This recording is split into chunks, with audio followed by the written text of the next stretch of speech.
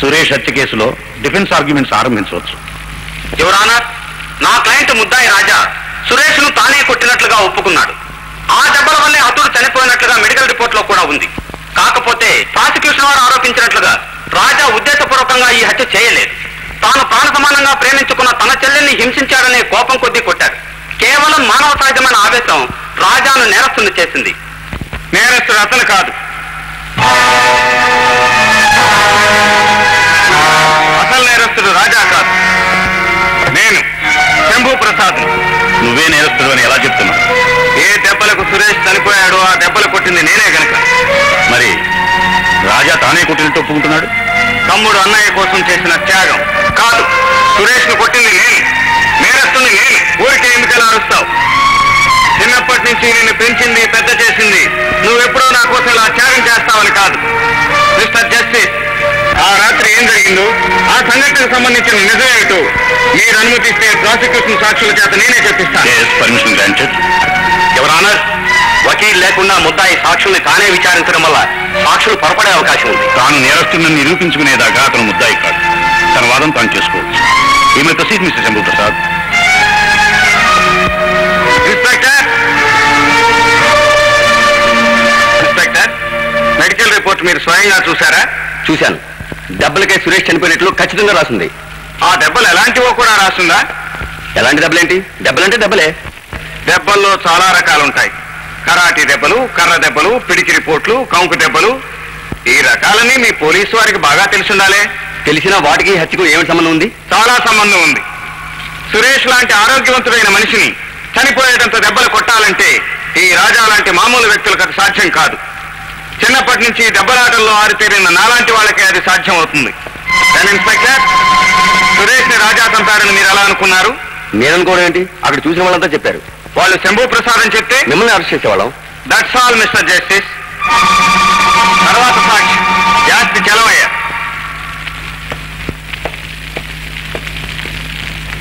చలవయ్య గారు, మీరు నన్ను గుర్తుపట్టగలరా? మిమ్మల్ని గుర్తుపట్టలేకపోతే ఏంటండి, మీరు శంభూ ప్రసాద్ గారు.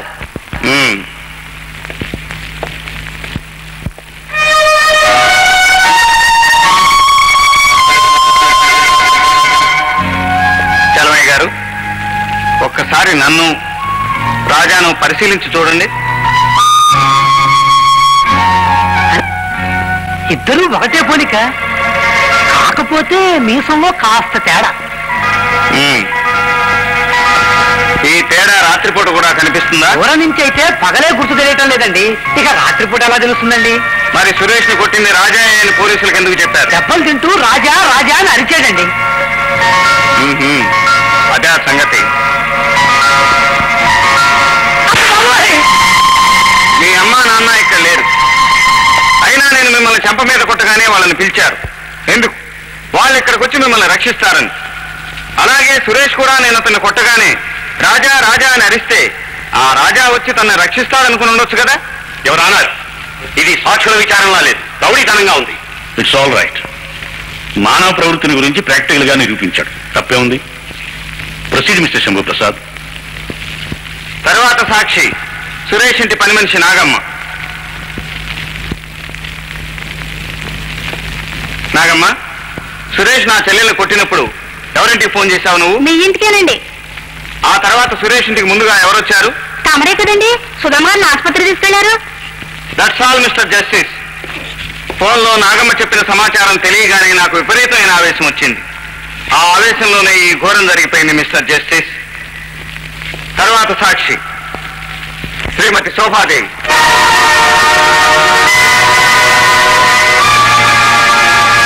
శోభాదేవి, కోర్టులో నిజం చెప్తానని ప్రమాణం చేశావు కదూ? మరి అబద్ధం ఎందుకు చెప్పావు?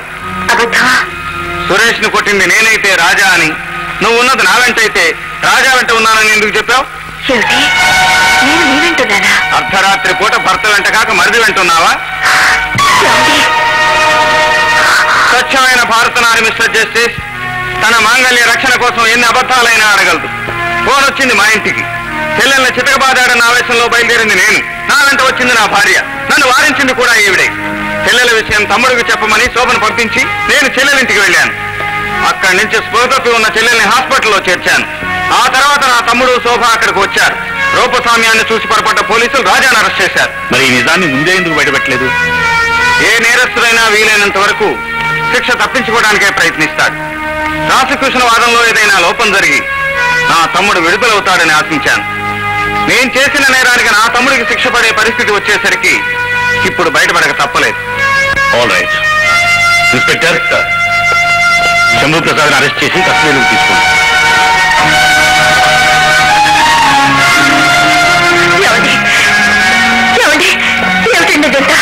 ఇది ఇంతే. శిక్షను అనుభవించడానికి వీల్లేదు. అనుభవించండి మనం.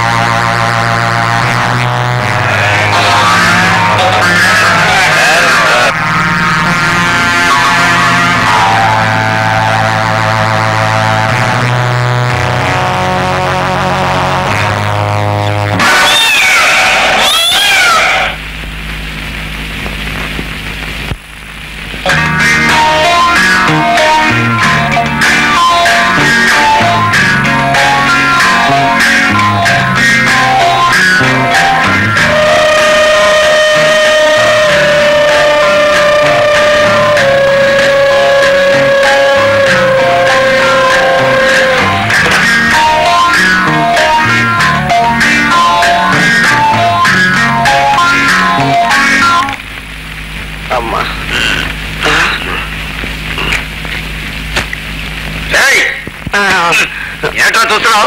ఏం లేదు గురు. గధవా, పులి త్రాగులు తినేవాడివి కాబట్టి నీకు పులిని పేరెట్టుంటాను.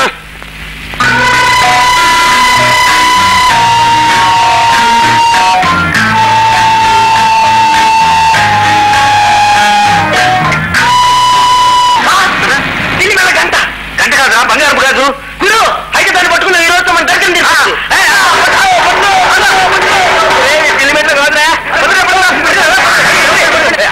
ఎందుకు పరిగెడుతున్నాడు? బంగారు బుగాదయ్యా.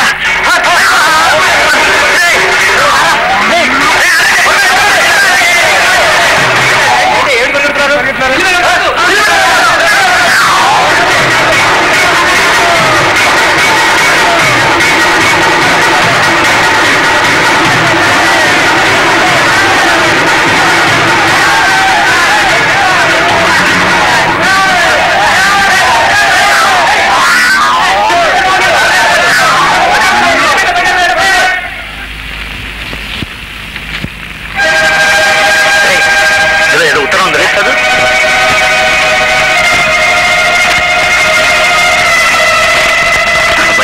విడిపించండి.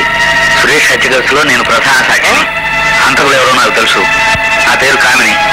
అడ్రస్ దొరికింది. వెంటనే వెళ్ళి ఈ విషయం రాజాకి చెప్పాను. వాళ్ళ అమ్మాయిని కాపాడుకుంటాను.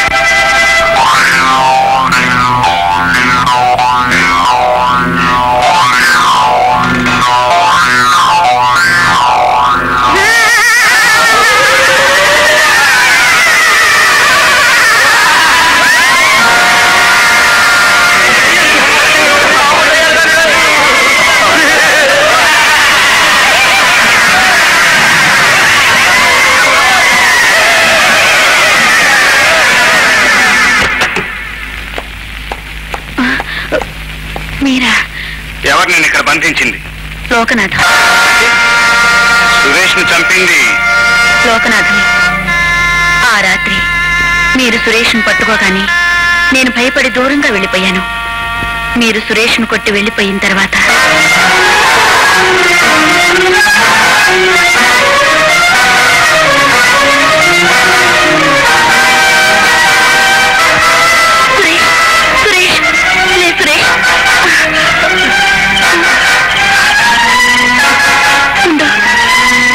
ఫోన్ చేస్తాను.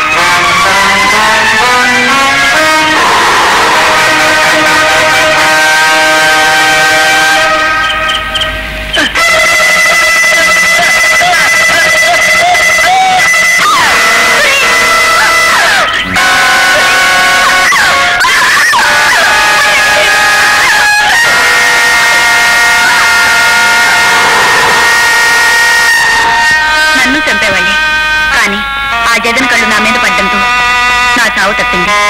సురేష్ కేసు తీర్పు అయ్యేంత వరకు నన్ను కదలనివ్వకుండా ఇక్కడ బంధించారు. నిజమైన హంతకుడు బయటికి రావాలంటే నేను ఇక్కడి నుంచి బయటపడాలి. అందుకే ఈ చీటీ పంపించాను. గురు, ఈ కేసు తేలే వరకు కామిని బయట ఉంటే ప్రమాదం. పోలీస్ స్టేషన్ కి తీసుకెళ్లి ఈ అమ్మాయికి రక్షణ కల్పించమని ఎస్ఐతో చెప్పండి. ఇంతమంది కాపలా ఉండగా కామిని తనంతట తాను తప్పించుకోలేదు. ఎవరో తప్పించి ఉండాలి. ఎవరది? నేను మిస్టర్ లోకనాథం. రాజా, నేను మీతో ఒంటరిగా మాట్లాడాలి. వీళ్ళని బయటికి పంపించండి. బయటికి వెళ్ళి ఎవరిని లోపలికి రాకుండా చూడండి. నీచుడు, నాతో స్నేహం నటించి ఇంత ద్రోహం చేస్తావా? సురేష్ నువ్వు చంపి ఆ నీరు నా మీద వెళ్తావా? పొరగని ఊరుకుంటానండి. నా కొడుకుని యాదవాన్ని తిట్టారు, అందుకే కసుక్కున్న పొడి చేశారు. వాటర్ బాటిల్ సార్, ఏదైనా water bottle sir, water bottle ఇప్పించారు sir. Bottle sir, bottle sir, bottle ఇవ్వండి. నేను డబ్బులు ఇస్తానని ఇవ్వరండి పోలీసు వాళ్ళు. Bottle sir, bottle. Whisky sir, whisky లేకపోతే బ్రాండ్ అని ఇవ్వండి సార్, లేకపోతే సారా ఇవ్వండి సార్.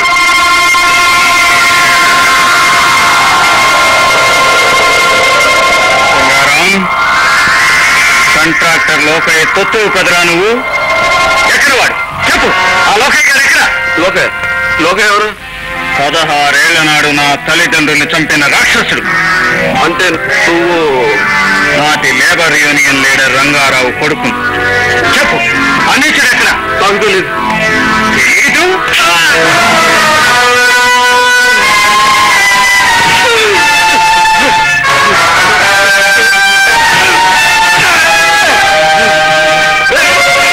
చెప్పు, సురేష్ ఎందుకు చంపావు? ఆ నేరం నీ అన్న మీద అయ్యటానికి. ఆ రాత్రి సురేష్ను కొట్టింది నువ్వు అనుకోలేదు, నీ అన్న అనుకున్నాను. నా అన్న మీద నీకెందుకంత పగ? పగబట్టింది నేను కాదు, నీ అన్న. 16 ఏళ్ల నాడు నేను లోకయ్యగా ఉన్నప్పుడు నీ అమ్మ నాన్న నా చేతిలో చచ్చిపోయావు.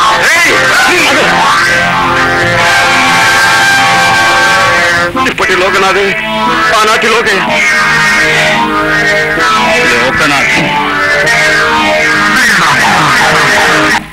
కామిని ఎక్కడ దాచాడో చెప్పేంత వరకు ఇతను బతికే ఉండాలి. ఇతన్ని తీసుకెళ్లి గోడలో కట్టిపడేయాలి.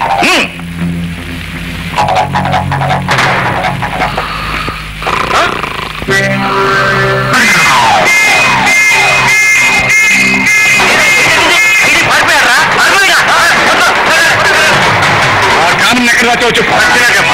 చెప్పు. ఈ మొండి అంత తేలిగ్గా చెప్పరా? కానీ చెప్పు.